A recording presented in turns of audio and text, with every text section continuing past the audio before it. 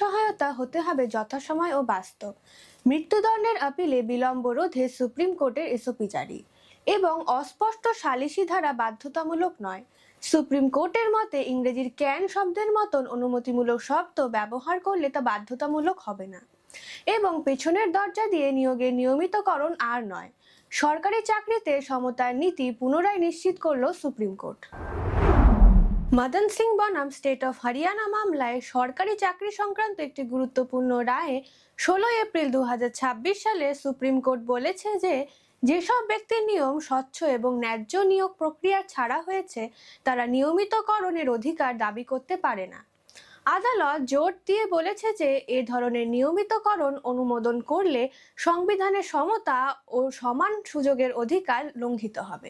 রাজ্যের নীতি পর্যালোচনা করতে গিয়ে বেঞ্চ সতর্ক করেছে যে অনিয়মিতভাবে চাকরিতে প্রবেশকে বৈধতা দেওয়া উচিত নয় এবং পুনরায় বলেছে যে সরকারি নিয়োগে সঠিক প্রক্রিয়া অবশ্যই মানা উচিত।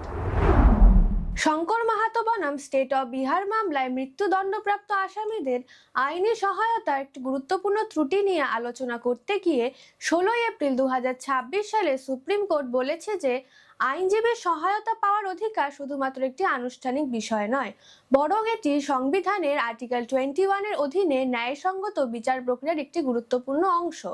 আদালত লক্ষ্য করেছে যে আপিল এবং স্পেশাল লিভ পিটিশন দাখিলে অযথা দেরি হচ্ছে। এই সমস্যার সমাধানের জন্য আদালত বিস্তারিত স্ট্যান্ডার্ড অপারেটিং প্রসিডিওর জারি করেছে যাতে সময় মতন এবং কার্যকর আইনি সহায়তা নিশ্চিত করা যায়। এই রায়ের উদ্দেশ্য হল প্রক্রিয়াগত বিলম্ব দূর করা এবং মৃত্যুদণ্ডপ্রাপ্ত আসামিদের অধিকার সুরক্ষিত রাখা।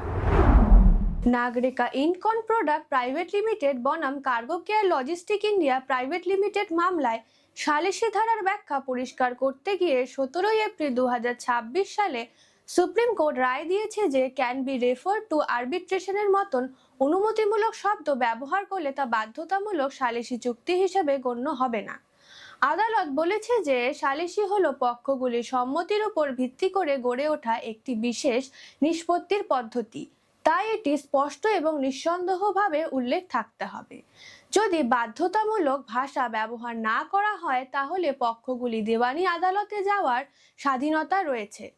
এই রায়ে আদালত আবারও পক্ষগুলির স্বাধীনতার নীতিকে জোরদার করেছে। এই ছিল এই সপ্তাহের গুরুত্বপূর্ণ আইন সংক্রান্ত খবর।